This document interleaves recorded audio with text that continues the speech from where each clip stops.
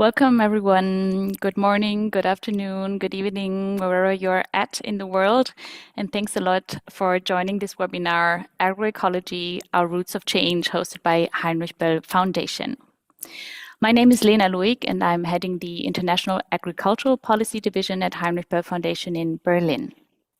Today, we are hosting this webinar because ahead of World Food Day and before the COP30 in Belém, we want to draw attention to the second edition of our web dossier, Agroecology, Our Roots of Change.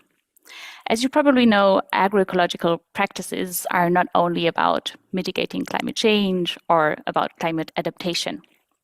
Agroecology is also a concept for equitable, just, and resilient food systems that are less vulnerable to economic and geopolitical shocks and aim to produce diverse, healthy food accessible to everyone.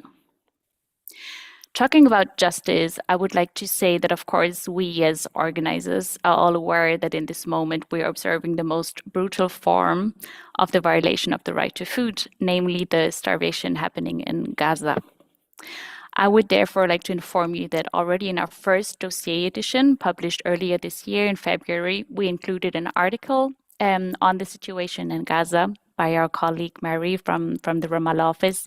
And we also included a beautiful and inspiring documentary on food sovereignty in Palestine, produced by Dali Association and funded by our Ramallah office. So this is a warm recommendation to watch this too, even though we're not directly covering this or we don't have a speaker from Palestine for today's webinar. In this webinar today, we want to bring in perspectives from Africa, Asia, Europe, Latin America, and the MENA region, listening to a selection of the web dossier's authors. This webinar is really supposed to be an hour full of inspiring stories rather than an in-depth discussion. So we know we will only have those flashlights of stories and examples of agroecology from around the world, and we will not be able to go into detail. We hope that you'll be motivated, although, to read the whole dossier afterwards. So you'll find the link to the dossier in the chat. And before presenting today's speakers, I still want to express a big thank you to my dear colleague Yusra Bitar, who coordinated this edition of the dossier. So thank you, Yusra. Now, I want to present you our wonderful speakers for today's webinar. And please turn on your cameras. Today we have Emna Furati. She's an agronomic engineer and the program coordinator for the Socio-Ecological Transformation Program at Tunis office of Heinrich Böll Foundation. She contributed an article on the role of community-based economy models for the agroecological transition in Tunisia. Emna, wonderful to have you here. Then we have Nora Valentin, an expert on black soldier fly farming and biofertilizer development, and also lead advisor of the company Evola Cambodia. He contributed an article and a video on how to turn food waste into nutritious organic fertilizer. Valentin, welcome. We have Paulo Peterson, the executive coordinator of the Brazilian NGO ASPTA, and the member of the executive board of the Brazilian National Articulation of Agroecology, ANA. He's also a special envoy for family farming for the COP30 in Belém, Brazil, and he contributed an article on public policies for agroecology in Brazil. Welcome, Paulo. Wonderful to have you here. Next, we have Joanna Sukolas. She is an ethnobiologist, a herbalist, an educator, and an agroecological farmer from Poland. And she wrote an inspiring piece on how agroecological hay management in Poland's wetlands enables farming while at the same time preserving crucial ecosystems. And then last but not least, we have Harun Warui. He's an agricultural scientist and lead coordinator for agroecology and food rights at the Nairobi office of Heinrich Böll Foundation.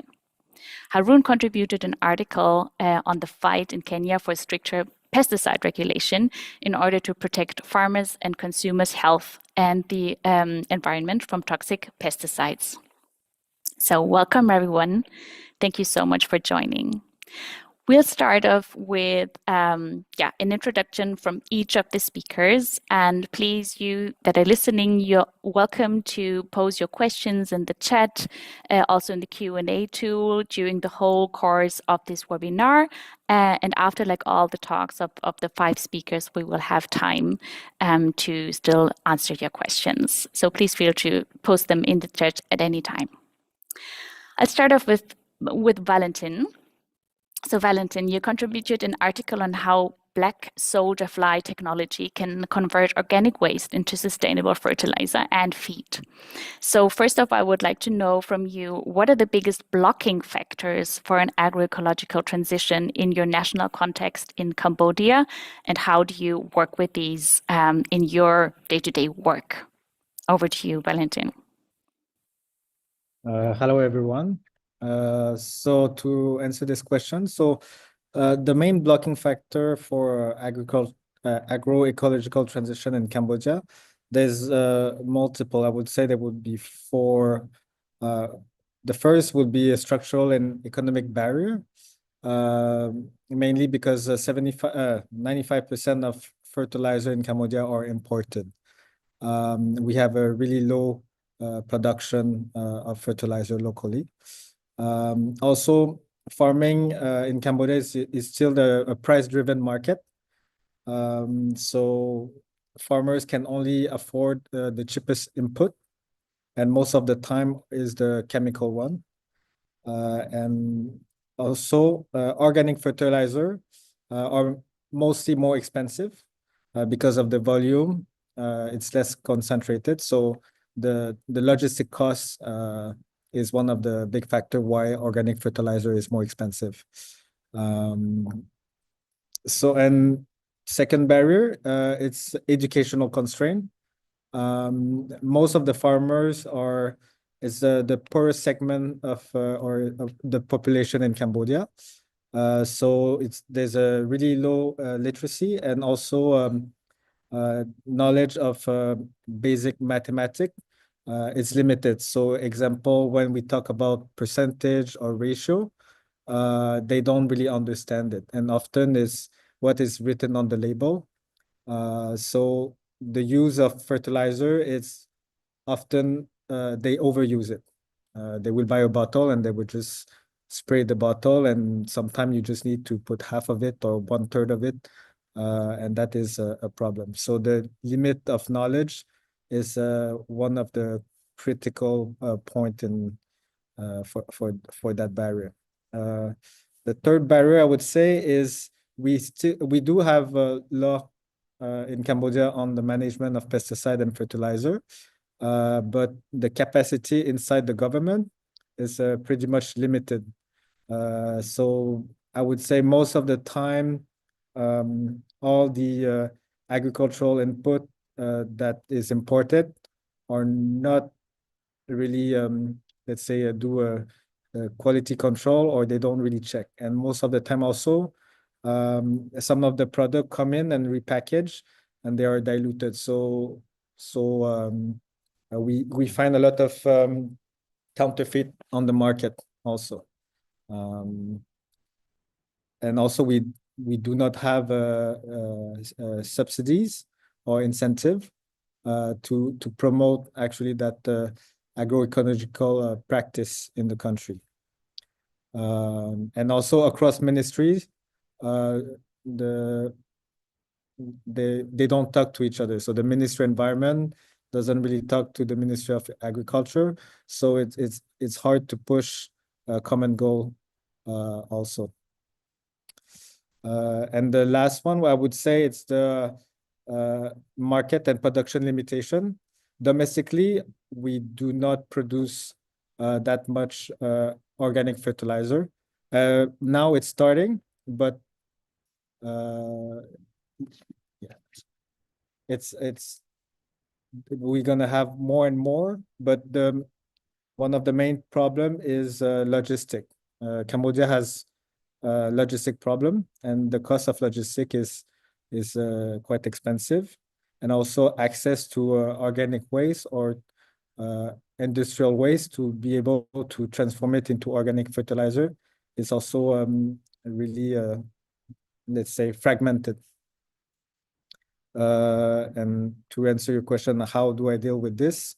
At the moment, it's a lot of groundwork. So we go on the ground and we try to connect all the stakeholders to be able to connecting the dot actually at the moment. So I do a lot of groundwork. We go meet the farmers directly. We try to educate them to use organic fertilizer. But one of the thing now we're gonna try to strategize a little bit because we did a lot of groundwork with smallholder farmers. We gonna aim with the big farmers first, the most successful one, and usually they will take that as an example, and the smaller farmers will follow up. The yeah, that's pretty much it. I think it's a bit short, but yeah. Thanks so much. That's very inspiring. I'm sure there are already questions to you, but we'll have this round of questions later. So thanks so much for this inspiration from Cambodia. I'll move on to Joanna now. So, Joanna, you contributed an article on traditional hay management in Polish wetlands, as I said at the beginning. What would you say? What are the biggest blocking factors for an agroecological transition in your national context in Poland? And what might also be political levers to promote agroecology in rural areas like the context where you're working in? Yes, exactly. So I will try to answer this question from my experience. I'm not analyzing the whole system, so maybe it would be difficult for me to just say what are the biggest blocking factors, but maybe I will, first relate to the fact that Polish agriculture is highly influenced and shaped by common agricultural policy and this whole finding system. And that since more than 20 years, we are influenced by this policy. And for example, to relate to my paper in dossier, I can say from the perspective of nature conservation, crossing farming, I can say that one of the problem is that there is still common approach in attitude in nature conservation, where we separate nature from farming. Generally, that we separate nature from human activity generally. And my paper referred to the research done in Poland where we examined effectiveness of agri-environmental climate schemes. This is one of the these are one of the schemes from Common Agricultural Policy, and they are intended to support management of high nature value grasslands, which are endangered by intensification and or farming intensification or abandonment, meaning the discontinuation of the use. And also they are intended to support extensive farming. But what we have found that we observed that currently we see that in frame of these programs, there is still farming intensification happening, which compromises small-scale farming. And therefore, we conclude that one of the reasons for that is kind of problem in the system and generally in the mind of conservationists, policy designers, in the approach that they focus on conservation objectives without acknowledgement of historical role of traditional farming and local community and local ecological knowledge of the community, which in fact led to development of these high nature value habitats and maintain them for centuries. And this is not only the case of Poland, but generally whole Europe, and that European landscape is very specific, is very agricultural landscape, and a lot of biodiversity is retained in farmlands, and this biodiversity is dependent on extensive traditional farming and strongly determined by agricultural policy. And therefore, in policy design, we should take agroecological approach. This is what is needed to draw both on scientific knowledge and also traditional knowledge of local community to acknowledge their input. Because as long as we will be separating farming from nature, we will not effectively, in fact, conserve this nature because system is prone to collapse. Farmers, they don't have inherent need to use those ecosystems. They will just stop doing that when the when the funds will be discontinued, and also that this farming and that the farming is losing potential, in fact, because in such biodiverse farmlands, high quality competitive farming products can be derived. So there is huge potential in such areas, which is lost because this lack of acknowledgement. And also currently in this common agricultural policy, what is also important that we have a lot of schemes, programs that are available, and they are aiming to protect biodiversity, mitigate climate change, support agroecosystems by nature-friendly practices. And some of them, they are easy to implement, but others which are also very interesting, very well described, and for example they support some sustainable practices like planting windbreaks, hedgerows in the fields, or establishing biodiverse home gardens. I can say from my own experience that it's almost impossible to implement them because there is so much bureaucracy behind. It needs engagement of advisory board from agricultural agencies, and in fact my experience was that they discouraged me to implement such program because it requires so much documentation, and that it doesn't pay off. So what we need in the system, because it's really getting in really good direction, but we need to simplify the system, make it more easy to implement. And also we need more qualified advisory board, qualified and educated in these programs, because also I experienced that they even don't know these programs because there is so many of them. So there is a lot of investment in the design, but less investment in fact in implementation.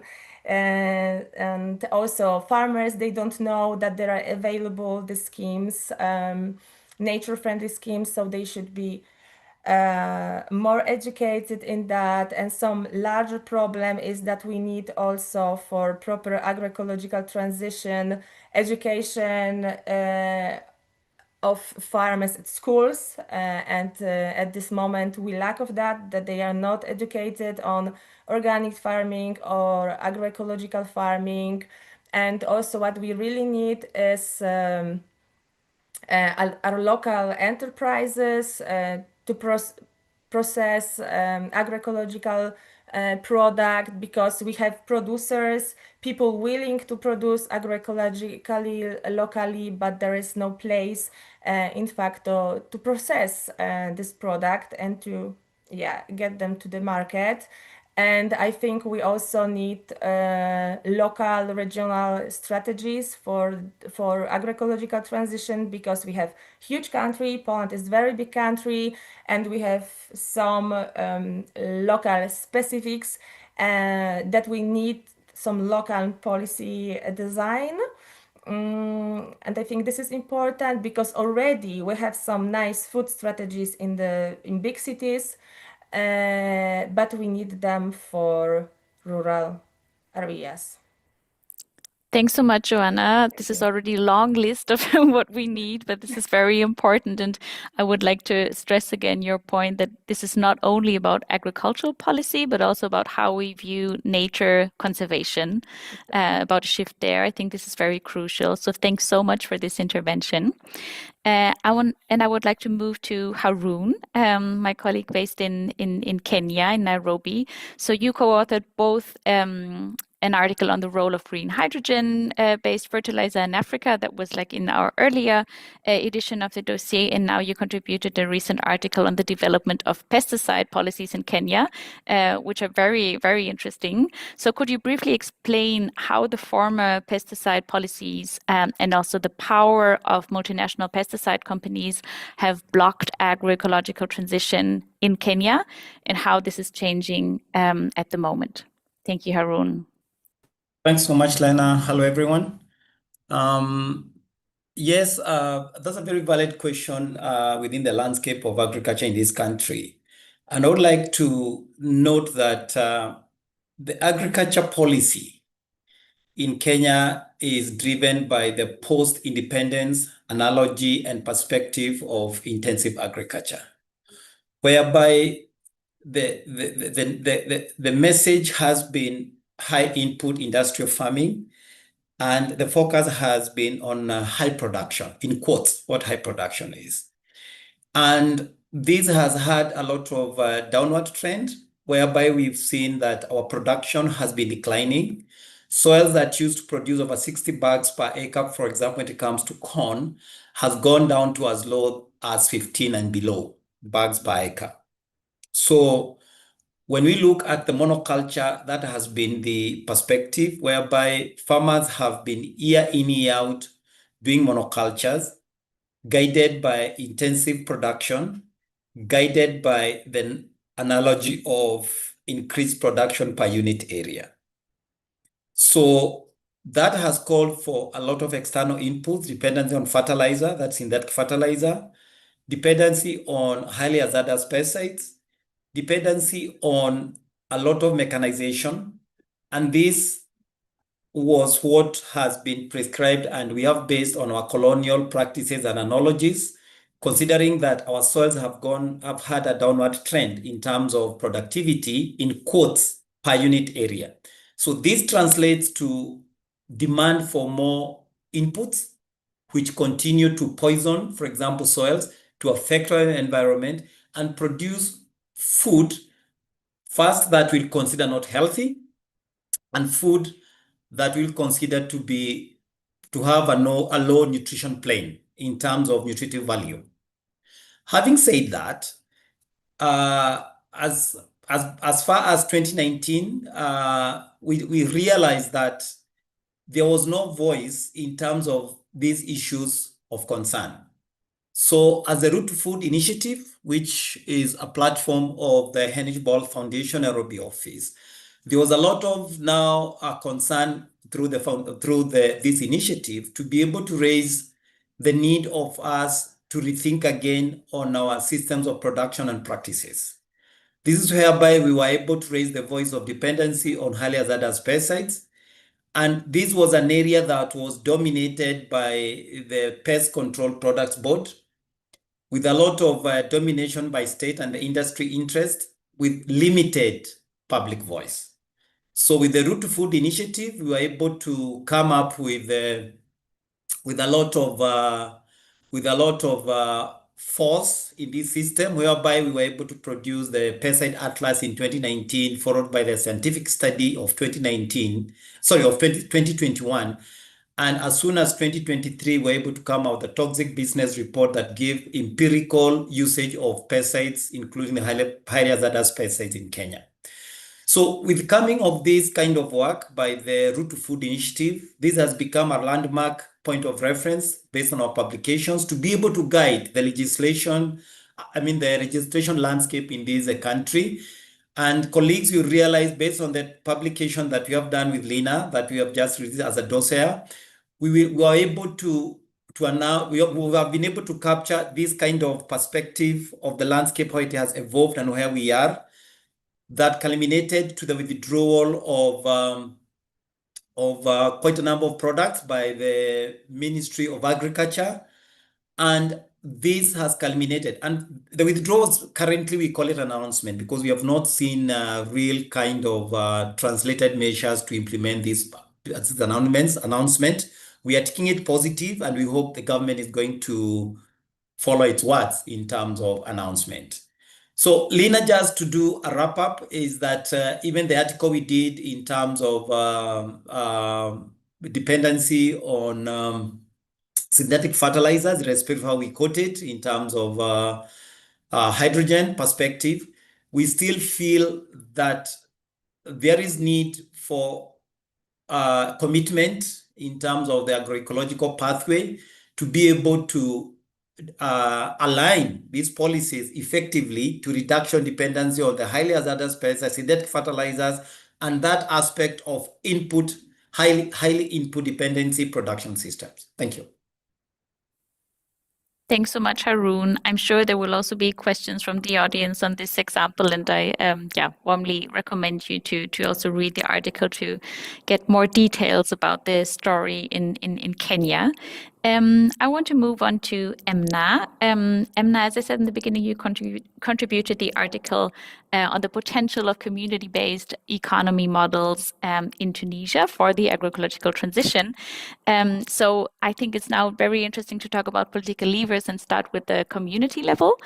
So could you share some insights on how community-based economy can be such a lever for the agroecological transition based on the examples from Tunisia? Thank you. And we see your slides very well. Thank you, Lina. Hello, everyone. I'm very happy to be with you during this insightful webinar. So before talking about or to answer to your question, how community-based economy can be a lever for the agroecological transition, let me just introduce the context in Tunisia. And I think it's the same thing all over the world. But let's say that the agriculture sector in Tunisia is very, very important in Tunisia. It contributes to 8.6 to the GDP and 10.5 to the national employment in 2021. So it's a big number. And it's not only an economic sector, but it's very important for the social and the collective imagination, because owning land in Tunisia is very important, and it's a symbol of success to the family and to the community.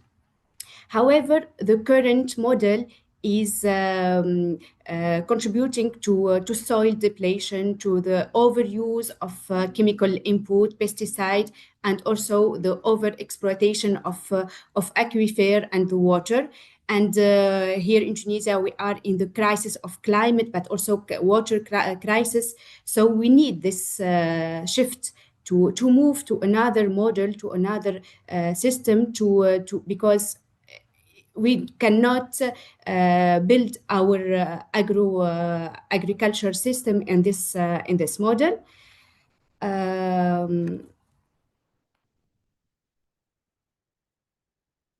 To move to the second slide. So everyone know that agroecology is a holistic approach. It integrates ecological, social, and economic dimension. We have our 13 principle. We can have a look on their principle, but we can say that it promote diversified practices, circular flows, and the co-creation of knowledge, and also this participatory governance. So this is the model that we aim to attend. And in the current system in Tunisia, we have a very rich ancestral practices that we call it the community-based economy. So just let me define what is the community-based economy. It's a form of economic organization where we can place the community and the satisfaction of the needs at the center of the collective management, common ownership, and democratic governance. So we need this model to promote, to enhance this agroecological transition. So in Tunisia, we have multiple structure of community-based economy and a big legal framework that try to explain how we can attend or how we can structure this structure. However, we need a shift. We need to move from the legal institution thing to the practical. So I tried through this article that I published in the web dossier to bring 4 levers for this systematic transformation. And we can start with how we can strengthen the governance and the legal framework. We need to create multi-stakeholder structure where we can bring the local, the state, the farmer, the civil society all together to promote this structure. Also, we need funds and maybe we can create a national funds and where we can bring international funds like Green Climate Fund, Adaptation Fund to help or to support implementing local projects that promote agroecology. And also the third recommendation that we can how we can move to the local level. It's what we can support and we can have this territorial market access where we can integrate the product produced by local farmers and to promote to reduce the chain of market so that we can have access to facilitate the access to resources for the collective.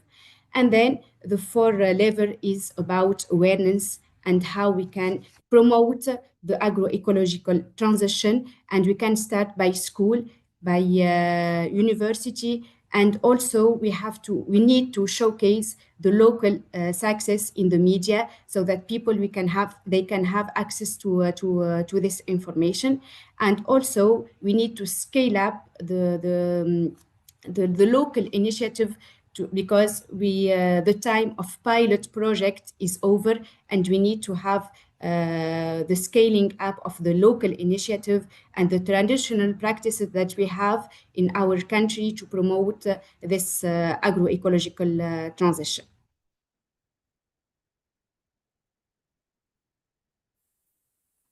Thank you very much, Emna. This is very helpful and inspiring, and I think it's I took away again this shift from the big legal framework to like a practical level and scaling up those local initiatives. I think this is very helpful for the debate. Thanks so much for sharing this. If you could stop sharing your slides, perfect, wonderful. So last but not least, we'll move to Paulo Petersen.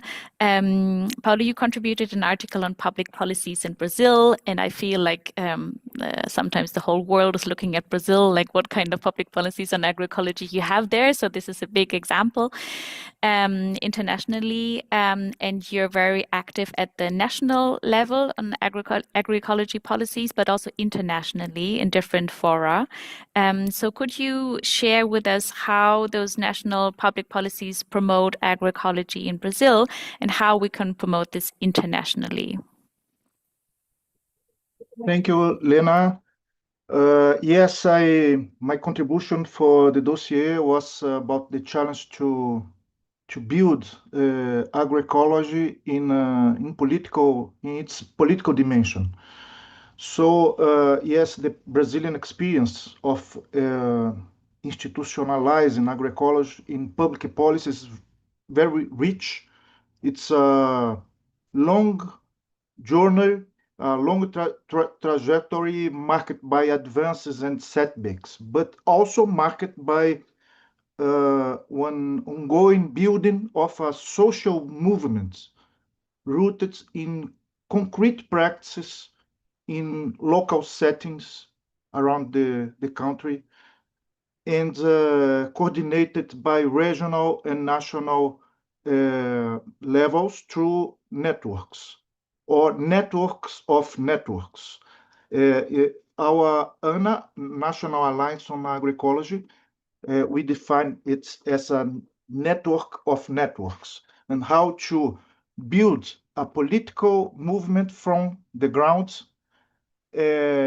valorizing the heterogeneity, the diversity of practices, of cultures, but at the same time, how to build a cohesion at a national level. This is very, and the challenge is how to position agroecology as a social project for and from and for the majorities, not a project for as a niche of producers to consumers. So we cannot understand agroecology in Brazil detached from the historical peasant and family farming movements. There is a for land reform, for social rights, and other rights. So agroecology is a continuity of historical struggles, social struggles in rural areas, but not only in rural areas, because agroecology, we are talking about the whole food system.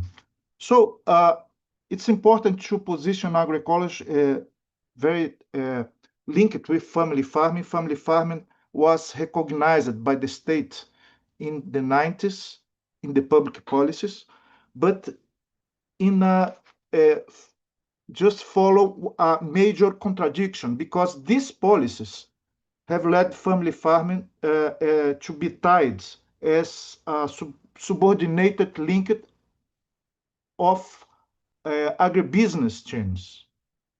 So how to promote modernization, green revolution modernization techniques to family farms. So this is a huge contradiction, because from one side we win the recognition of family farming, but the other side, the public policy introduce family farming in the agribusiness model. So we understand the agroecological perspective is how to change the state institutions to position family farming in the center of food systems. So how to introduce agroecology paradigm to transform the orientation of rural agriculture and food supply systems, not for a niche policies specific for agroecology. It's not so we want to transform the whole, but it's a very difficult task if we consider the huge ideological and political hegemony of agribusiness groups over the state institution. So the struggle of agroecology is a struggle, is a counter-hegemonic struggle, and how to build from the grassroots level evidence that family farming, peasant farming, traditional people ways of farming as a social project to fight against hunger, climate change, inequality, social inequality. So this is very important, how to link agroecology with the main political challenge in the society. To agroecologists can introduce as a political demand for the whole society. So I think we are in a process to build these movements in link with people from health movements, with solidarity economic movement, women movements, Black movements, people from the cities. So this is not only a movement from rural areas. So this is a very challenging, how to build dialogues and connections with other movements, social movements that fight for the democratization and sustainability in our societies. So for now, it's my contribution.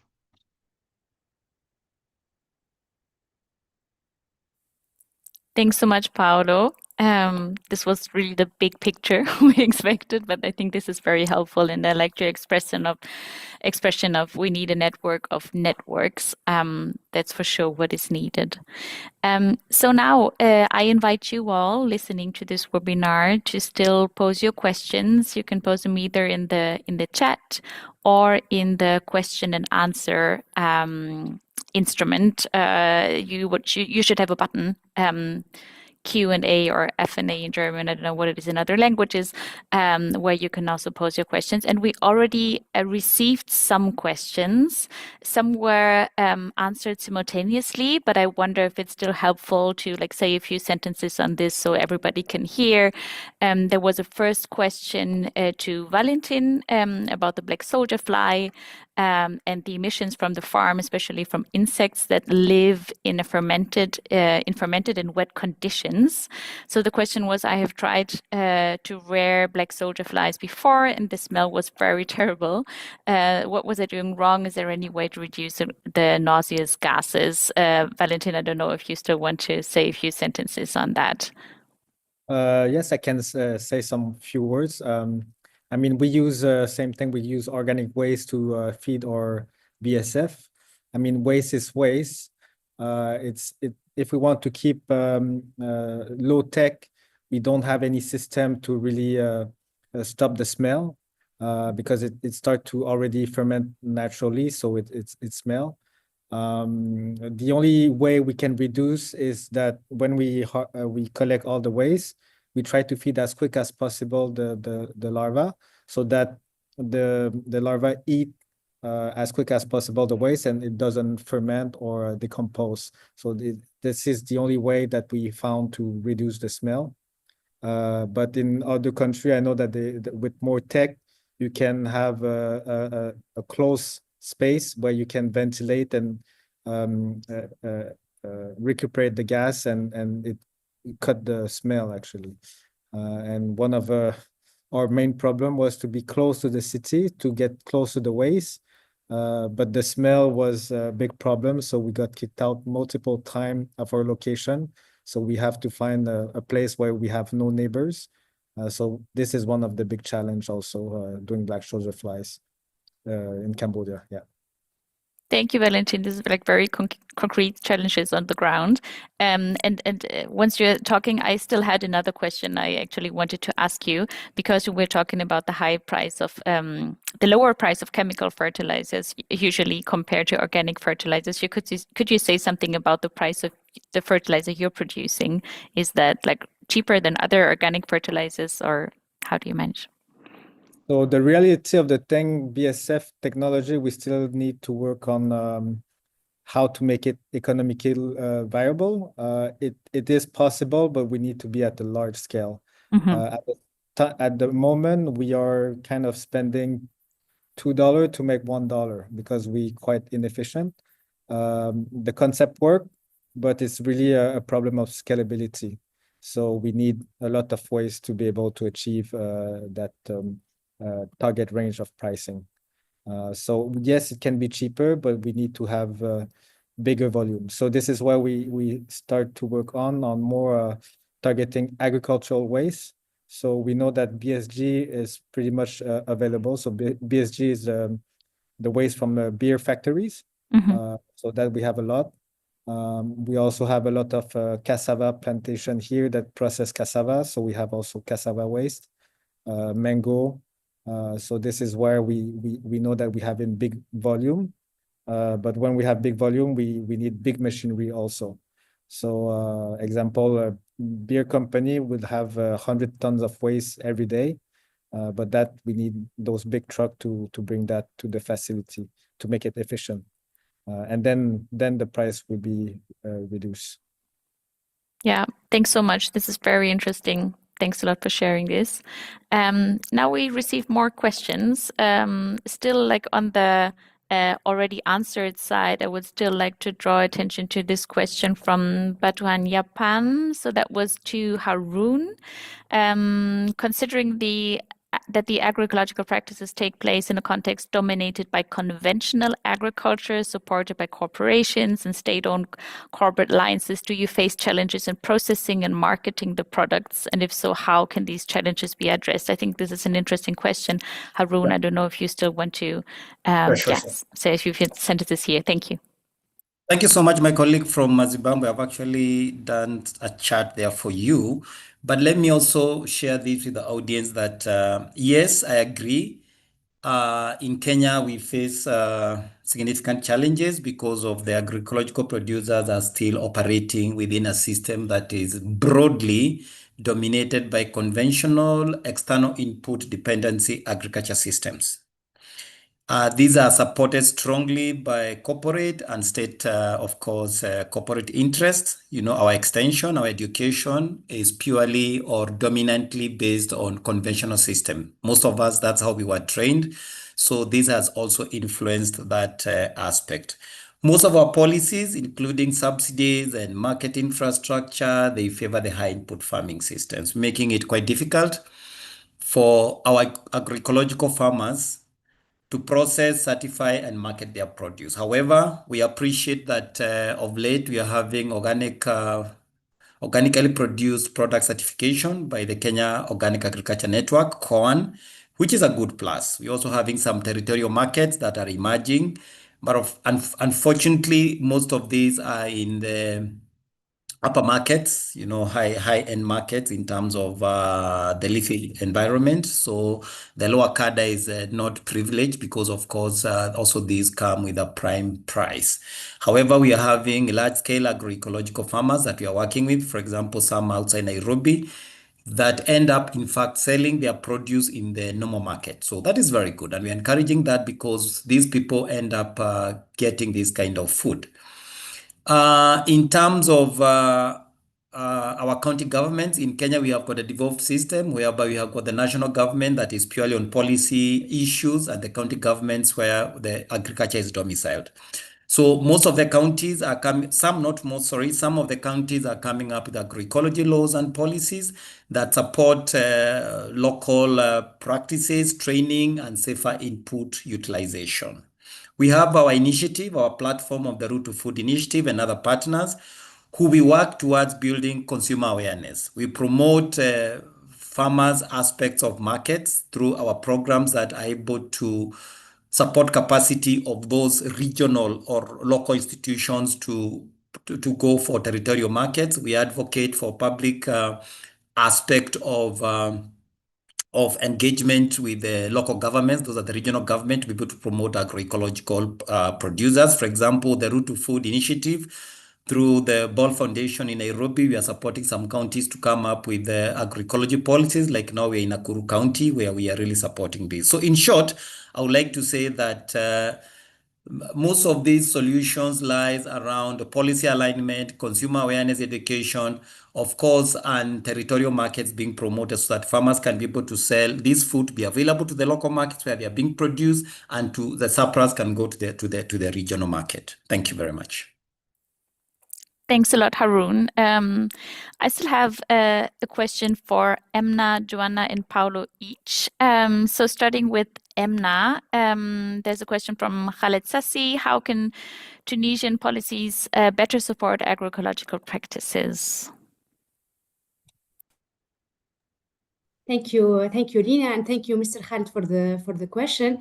So it's very huge as a question, but I try to give some recommendation from my perspective, but also based on what we did as publication and article around the topic. So I will start with having a national strategy to promote agroecology transition is a must, and we need this strategy in Tunisia, and we need to build this strategy on the need of the community, on the need of the farmer, on the need of people, citizens in Tunisia, but also on what we have as resources. But because we need to preserve our ecosystem, we cannot continue with this current model with the huge use of chemical input, with the big use of water resources, of non-using our seeds, our local seeds. So we need to prepare this strategy, and we need this multidisciplinary analysis of this need, and intersectional, of course, because when we are talking about agriculture, we are not talking about the economic part. We are talking about the nature, the ecosystem, but also the social needs, and we have to answer to all these needs. Of course, I really encourage or promote the local and the territorial recommendation, because we need to come from the local to be efficient at the national level. And this is why we try to have this over study on the local practices, how our ancestral practices are built. Of course, we have the good practices, but also we have the bad practices, and we need to learn, and we need to take from these good practices to try to have, let's say, strategic action or strategic pillar for this transformation. And of course, we need to coordinate between different actors. We need to have the farmer at the heart of this strategy, but also we need to involve the civil society and also the different sectors that are in the core of agriculture sector.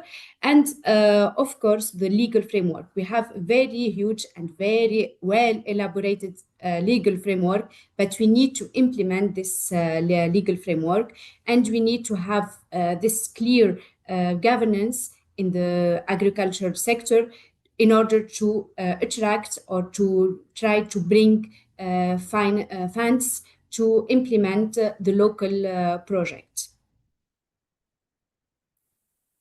Perfect. Thanks a lot, Emna. Then there was a question to Joanna, also from Khaled Sassi. How do you integrate traditional knowledge into your agroecological practices in Poland? Yes. So to say, first that especially my experience is in integration of traditional knowledge in conservation, in nature conservation. When we just studied farmers, we did interviews, and we let them speak and say what they know about the nature, about the local ecosystem, and how it used to be managed traditionally. So this is what we try to integrate in any recommendation about conservation and current management, how it should happen. But yes, also in my practice on my farm, I try to get inspiration in traditional knowledge. Yes, by learning from my, from the elders, from my family, learning from them some methods, and I also try to be inspired by local heritage, some traditions, some solutions, and to continue some traditions in the landscape. Integrate also methods what I can find in I don't know, ethnographic literature, and combine it with the knowledge what we have now, to make it more updated if something is not any more useful, or yeah, continue usage of old varieties. And yes, this is something what comes to my mind at this moment. Yeah. Thank you for this question. Thanks, Joanna. Perfect. I want to, take this last question to you, Paolo. So there was a question by Karin Ulma. The social equitable dimension of agroecology that you mentioned is a proposal, I'm just reading out, is a proposal to highlight the social, equitable or societal proposal of agroecology. There's something missing rather than the agronomic or environmental one. I'm asking as the evidence asked for often refers to productivity and to environmental services and perhaps less to social and equitable results. So that's a problem, of course, we're facing. I don't know, Paolo, if you still want to say something about this, like the evidence on socio-economic, justice-based approaches around agroecology. Yes, thank you, Karen. It's a very good question because we are one of our challenges how to build knowledges in a multi-dimensional perspective. This is one of our problems, how to separate economic from one side, ecological from the other side, social from the other side. And we are immersed in a Cartesian system of thinking that we have to split the dimensions, and we for the farmers, for the world society, it doesn't make any sense because if we need agronomic results in terms of productivity, in terms of environmental dimension, but also we are talking about farmers' remuneration, health. And so we need other ways to evaluate, to approach, to monitor the impacts of agroecology. It's very important. And this is very important also to how to build and how to evaluate public policies, because our states are also fragmented in different sectors, in economic sectors and environmental sectors, social sectors, and each sector have these specific policies and specific metrics to evaluate their policies. So in most of the times, economic good results are environmental bad results, and the opposite. If we want to protect the environment, we put a break for the economic development.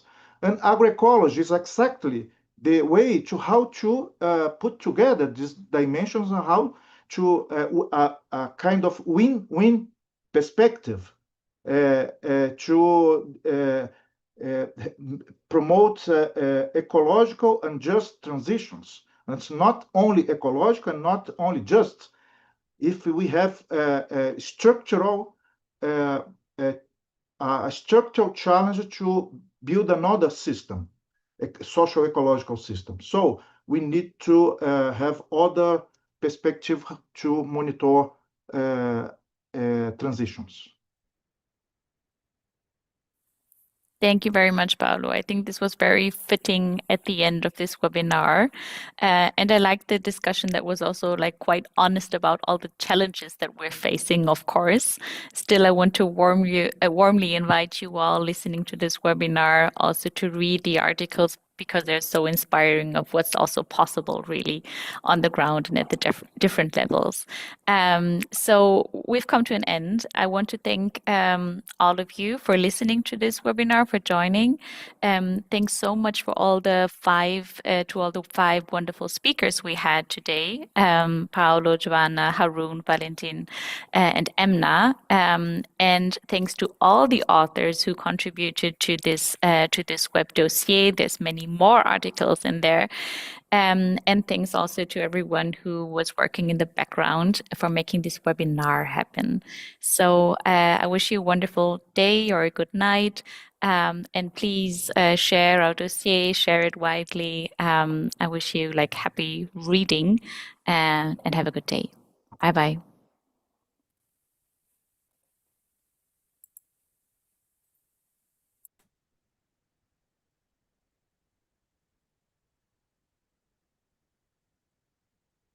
Bye-bye. Thank you very much.